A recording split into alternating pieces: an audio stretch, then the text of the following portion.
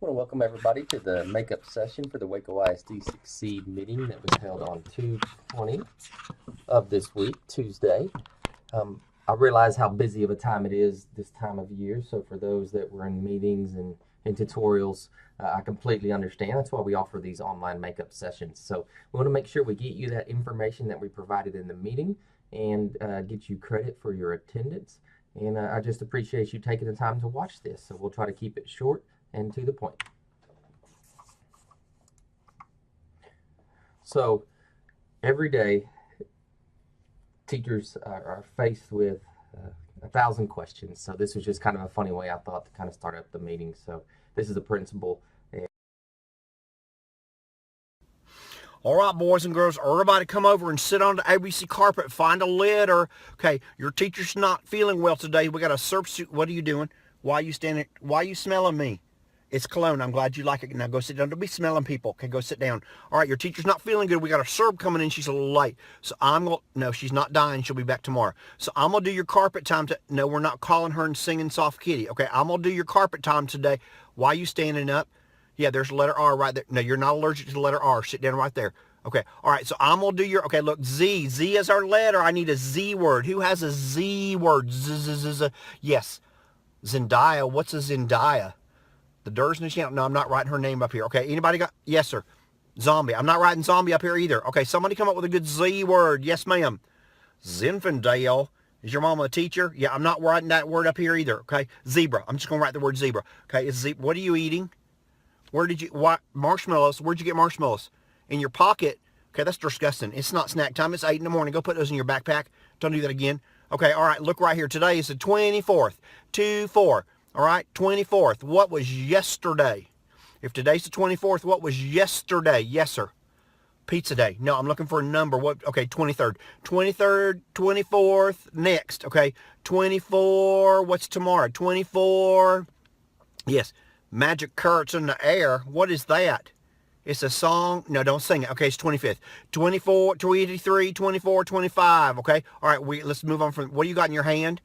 A transformer. Are you allowed to bring toys? No, go put it right back there in that box. It says May. You can get that back in May. Okay, right. All right, now we're going to change out our pennies. Okay, right here we got how many? We got 9 pennies here. Here, you hold these, sweetie. Okay, you got 9 pennies. I'm going to give you one more penny. Okay, all right, the dime is the same thing as the 10 pennies. So you trade me the 10 pennies for the dime. Well, you mean no, they're exactly the same. Okay, you give me the 10 pennies, I'll give you the dime. Okay. What do you mean it's a rip-off? Don't be telling her it's a rip-off. It's the same thing, okay? I'm going to give her a dime. She can give me 10 pennies. Why are you crying? Well, you just keep 10 pennies. Okay, sit down right there. Okay, we need a meteorologist who's going to go stick her head out the window and tell us what the weather's like. Okay, yes, sir. Go right there. Okay. All right, what's the weather like out there? Okay, fluffy is not an answer. The weather can't be fluffy. Okay, what's it feel like out there? Sad. No, I know you're sad that your teacher's not here, but that's not the way. It's got to be sunny or rainy or cloudy or snowing or something like that. What is it? It's not raining out there. You see any rain? You know, it's cold. Come sit down. Here, go put a jacket on that weather bear right there. It's cold outside. Okay. All right. What are you doing? Why are you giving him them pennies? No, you can't buy marshmallows from him. I told you put those in the backpack. Give me them pennies. Go sit down. Okay, all right. Now look right here. What special are we going to? Look, it's got a picture right here. There's a picture of a little boy and girl, and they're running. Okay, so what special are we going to today? Art. You don't run in art. No, what special class are you going to? Where do you run? Okay, yes, the park. No, we're not going to the park we're going to PE. Okay, we're going to PE for specials. You know, this is not working. Everybody go get a book and sit in one of them laundry baskets and just silent read to yourself.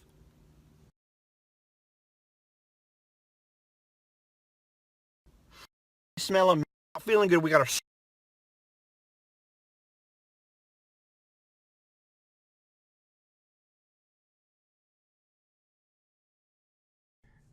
So every morning you guys start the day, and this is, I thought, just a funny way. 1,000 questions from 1,000 kids, and the mental capacity to go through all of that can be wearing. And so we just commend all of our teachers each and every day. For our secondary teachers, there's the life of a elementary teacher each and every day. So um, just realize that. Today we're going to talk a little bit about contracts with human resources. So at our face-to-face meeting, we actually had Sue Flagging and Carrie White with Human Resources there to present to our groups. Really appreciate the time they took to do that. We're going to give you some of that information so you have an understanding of the contract process, or particularly as you're coming up to summative conferences. So we'll give you some of those dates as well. So we want to start out and go ahead and take a moment to register or sign in for this training to receive credit. So you can see here across the bottom is the URL.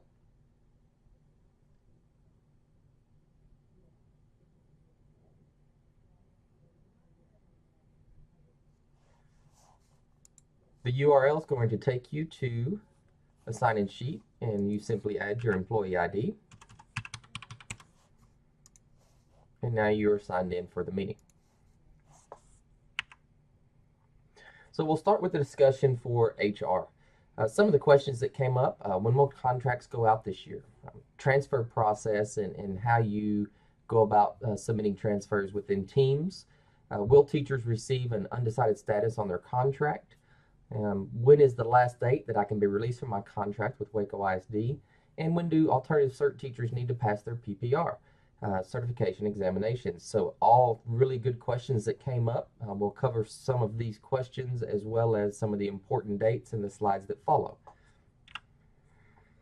So the most important dates as we go through this process for contracts. Contract recommendations will start March the 14th is the first submission. Every teacher should receive a memo from their campus administration for anyone under a Chapter 21 contract. That's all teachers and some of our professional staff. And basically that memo will let the teacher know if they have been recommended as a renewal, a non-renewal, or if they've been placed on undecided or hold. So some of these terms can be scary at times, but it's okay. The first round of contract recommendations, or this March 14th date, everybody will receive a memo. You'll receive one of these three statuses, and of course renew means that you'll be receiving a contract. I'll tell you about the dates of when that contract will be approved by the board and then available for signature in the next couple slides. If you receive a non-renew means you will not be offered a contract for the following year. Again, with the non-renewal, there's some options as teachers to make a resignation in lieu of termination, and you can contact the Human Resources Department for any guidance if you happen to receive a non-renew on your memo come March 14th. The undecided or hold. This is one not to be nervous about. There are 3 different rounds of contract recommendations that the district takes. We've moved those all back later in the year this year, so all teachers are receiving their contract renewals later in the year already. But if you're placed on an undecided or hold, a lot of campuses just realize that if you're a new teacher, they just want to take additional time for you to add additional evidences, for them to do additional walkthroughs, and then make that decision within one of the later rounds of contract recommendations. So an undecided or hold, all I can recommend is just have good communication, open communication with your appraiser and your campus leadership, and talk about what they're looking at there and what kind of things you can do moving through the rest of the year as they submit the round 2 and round 3 recommendations. So again, March 14th, every teacher should receive a memo with one of these 3 statuses, and then from there we'll talk about the renewal dates for contracts. So the first renewal date that will come up, March the 22nd, in round 1, any teacher that receives a renew status on the memo, March 22nd, the board will approve those renewal contracts. So those that received a non-renewal or an undecided or hold on their memo will not be within this first round. If you do receive a renew in the first round, April 3rd, you will receive access to your contract in Teams. All contracts now are actually electronic, which was new last year. So I'll run you through this process here in just a minute, because since you only go through it really once a year, it's always good to have a little reminder on how to access that contract, because you'll be doing all of your signatures online. So April 3rd for the first round of renewals, the contract will open in Teams. And April the 13th is the last day to sign those contracts if you receive it in the first round. This is important, and they reiterated this several times during the meeting. If you do not sign the contract from the first round by April the 13th, if you receive a renewal, the contract becomes void. And then it becomes a bit more of a process to go back through the contracting process. And again, if you just go on there and take care of the signature after receiving on April the 3rd, prior to April 13th, there won't be any issue. And I'll again kind of show you where that is going to occur and how you go about the process of signing that electronically. The second round of recommendations will come April the 26th. So if you were on a undecided or hold and now you receive a recommendation of renew on the second round, that goes to the board on April the 26th.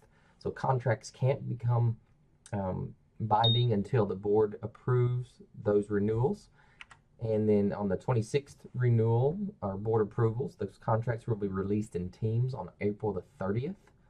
And the sign date on those is May the 4th. So it's a pretty quick turnaround. If you're in round 2 of the renewals, you'll have to turn around once receiving that contract on teams.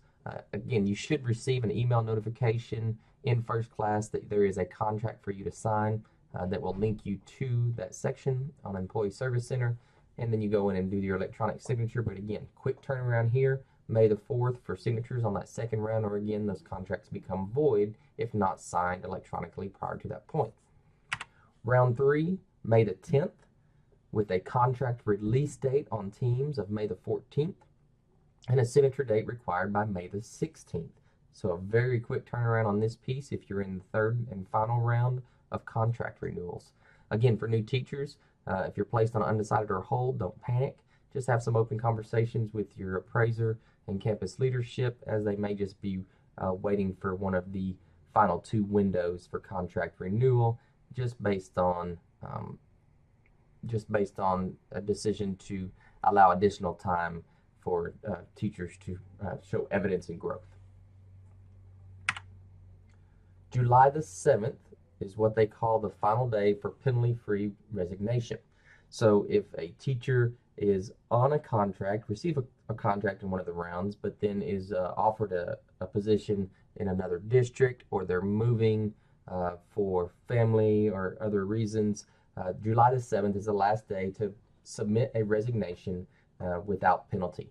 Penalty being that if you move past this date and go in and try to offer a resignation at that point, most of the time a district will not release until they find either a suitable replacement, or it could become an issue of contract abandonment, in which case districts have the option to place sanctions upon your certifications. So this is a very important date, July the 7th. Penalty-free resignation anytime prior to that you can submit to HR. Again, if you receive a contract and you've already signed and accepted that contract, and then life situation changes prior to July 7th, you can still submit that resignation. But of course, we want to keep all of you guys, so we're not wanting any of those, of course, prior to July the 7th. T-test evidence and goals. So another big portion of our meeting was, as you're wrapping up the year, you should be continually updating and following up on your T-test goals and evidence. So during your formal observation, you should have received a few areas of refinement based on a T-test rubric. Those areas of refinement that you're working towards with your appraiser based on the feedback and suggestions they made in that post-conference, you can be adding and collecting evidences and placing those in Eduphoria.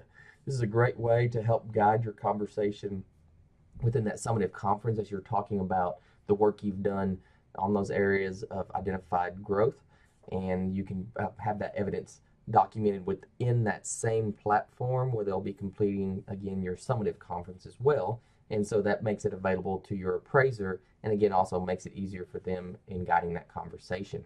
So we'll take you here in just a little bit through some of the samples of how to go about adding that evidence as well. And again, we'll also be going through the contract piece here in just a moment once we wrap up through the presentation. In the meeting, we talked a lot about Domain 4.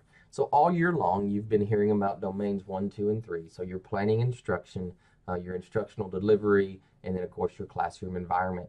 That's the concentration of the year with all of the walkthroughs, all of the formal observation.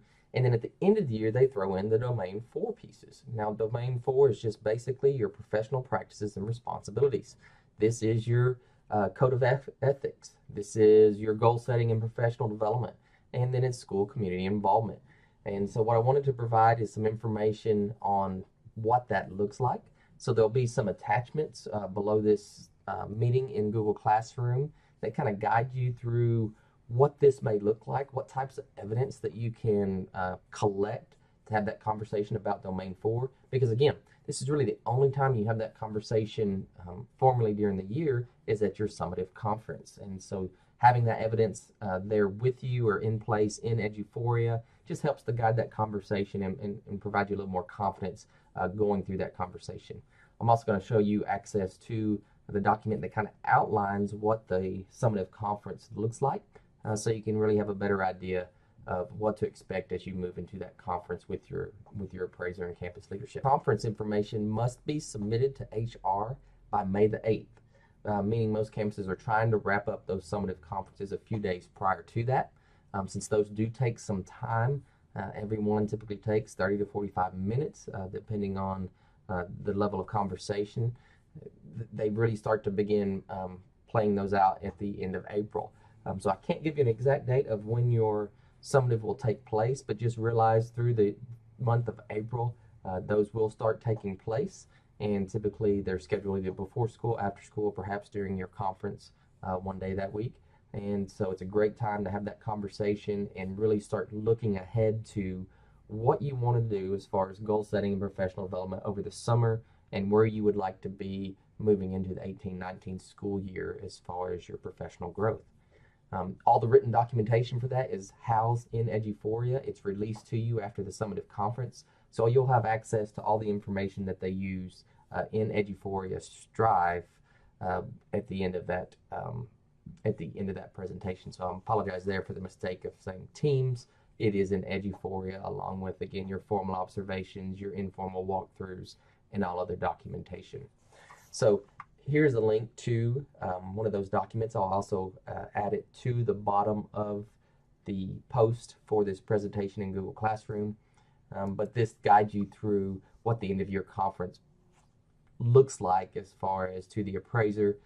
Gives you a better idea of what to expect as you go into that setting and what kind of information you can have gathered to help guide the conversation. So you see again, Domain 4, this offers some of the possible evidences that you can collect and have in place. And again, it walks you through kind of the expected components of an end of year conference. So the more information you can have going in, the higher your level of comfort, and it allows that conversation to really be beneficial to both you and the appraiser. The final upcoming meeting for Waco ISD Succeed will be on the 15th of May. This will be for both new teachers and mentors, and we always plan it as kind of a celebration. You know, this is you've made it. You're almost there, and so we take time to kind of celebrate your first year in education, because we all remember the first year. That's something that nobody forgets. Before we do the video, let me take you through some of the pieces we've talked about. So again, your contract renewal. All contracts will be in Teams, so I'll kind of try to take you through some of that process without trying to share some of my information with you. But when you log into Teams, your contract information will actually be under the Employee Service Center. So to get, of course, to your Employee Service Center, you'll do your login information one more time.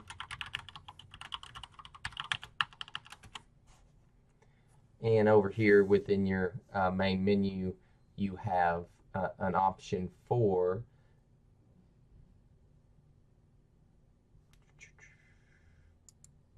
My Employment Records.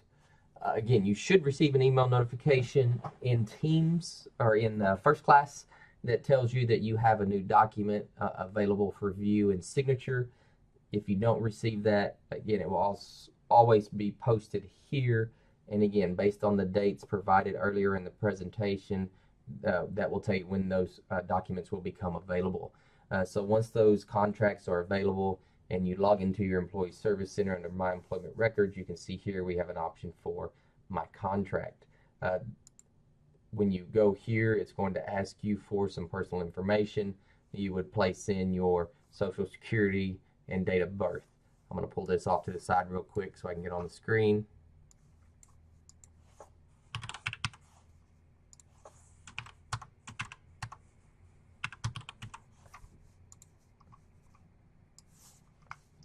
Once you provide your personal information and you're on the screen, you can see here that you're agreeing to access the information electronically.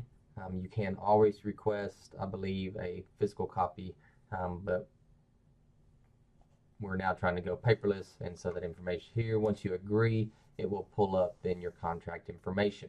So you can see here, I've shown a couple documents. Here was my contract for 16. My letter of assurance as an at-will employee. Yours, of course, will say professional term contract. And basically what you do at that point is you click. It's going to take you to the contracted component, and then you're going to have to do some signature pieces that it will guide you through.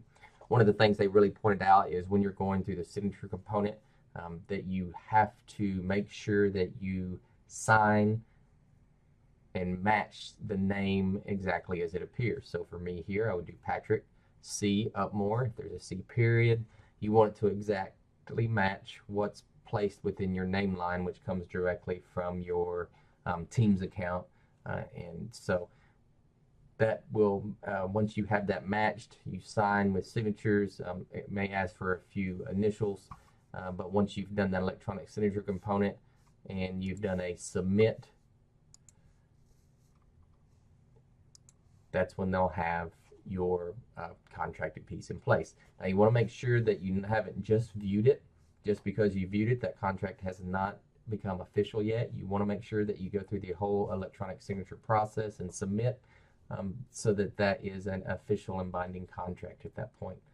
So again, making sure you know how to access an employee service center, know when to access based on the release dates provided earlier in the training, and then know when you need to have the signature completed based on those time frames. And again, the second and third rounds of contracts have very quick turnarounds for that information for the electronic signature. But you'll have full access in Teams to your contracted information, and should have all of that available.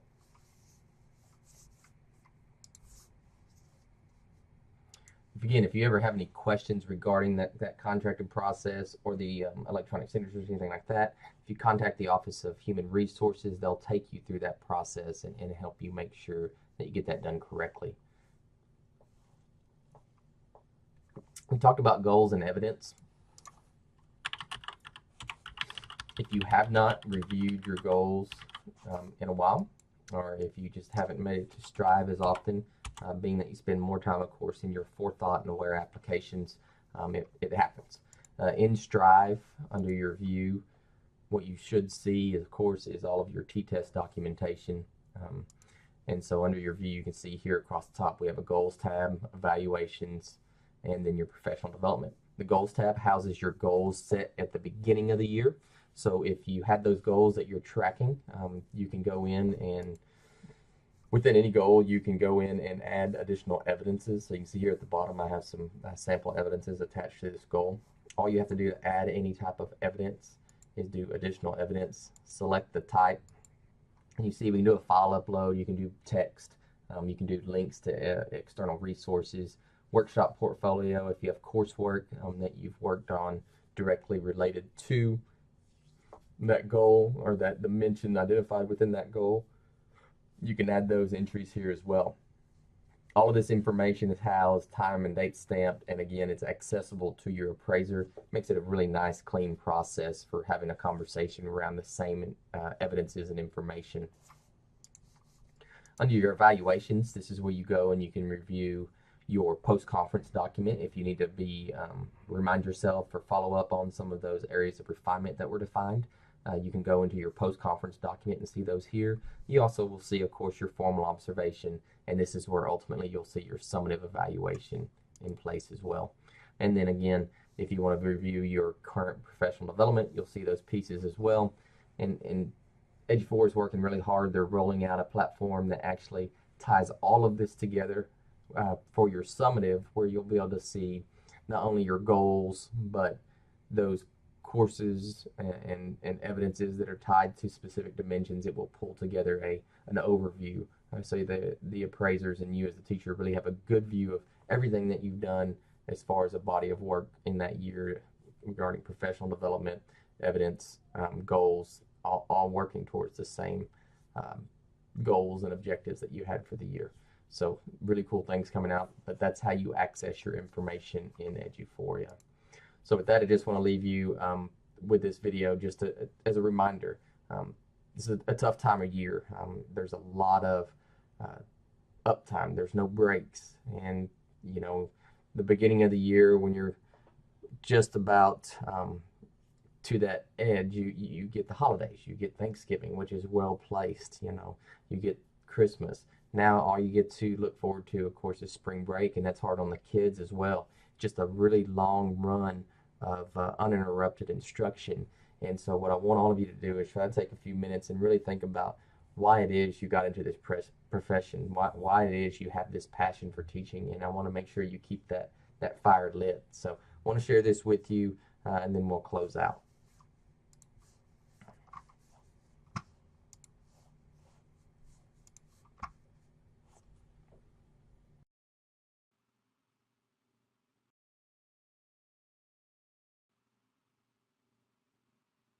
When I was student teaching, I realized that I am where I'm supposed to be. And I partly think back to that throughout my career. So um, I was student teaching, and there was this young man, I was student teaching in third grade, and there was this young man, he was brilliant, so smart, but like, I'm not sure if it was a custody issue or, his parents were really young, and sometimes he was here with his grandmother and sometimes he was here with his father and sometimes here with the mother. He never really knew where he was coming from. This young man, if he happened to be in staying at his dad's house, which wasn't zoned for that school, he would, third grader would take the city bus and 2 transfers and get to school. And I remember one time he got to school, and he was just soaking wet and he was just so angry at the world. And he just threw his book bag in like a ceiling kind of like this and like busted through one of the ceiling tiles. And he was just like, just upset, but he did everything he could just to get to school. He was mad at the world, but he did everything he could, a third grader, to get to school. Because school can make all the difference. And he was so smart. And I always think back and I wonder what happened to him. And I worry about him. And I remember when I left that student teaching experience, like he gave me a rose, this little dollar rose you get from 7-Eleven. And he was like, I'm going to miss you so much. But I just hope he took like what we learned together, and as a class. And then he remembers that school is a place for him to strive to get to. Like, I just want him to keep holding on to that because everything in his world at that time was against him. And school can make all the difference. And what I think about that is oftentimes it's not just the school, but it's the teacher.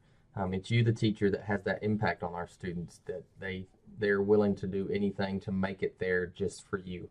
It's not often that they're coming for the math, for the reading, for the science, and we have those cases, but most of the time our students are coming to have that time with that adult. You have this a huge impact on our students, and we thank you from the bottom of our heart each and every day for the work that you do.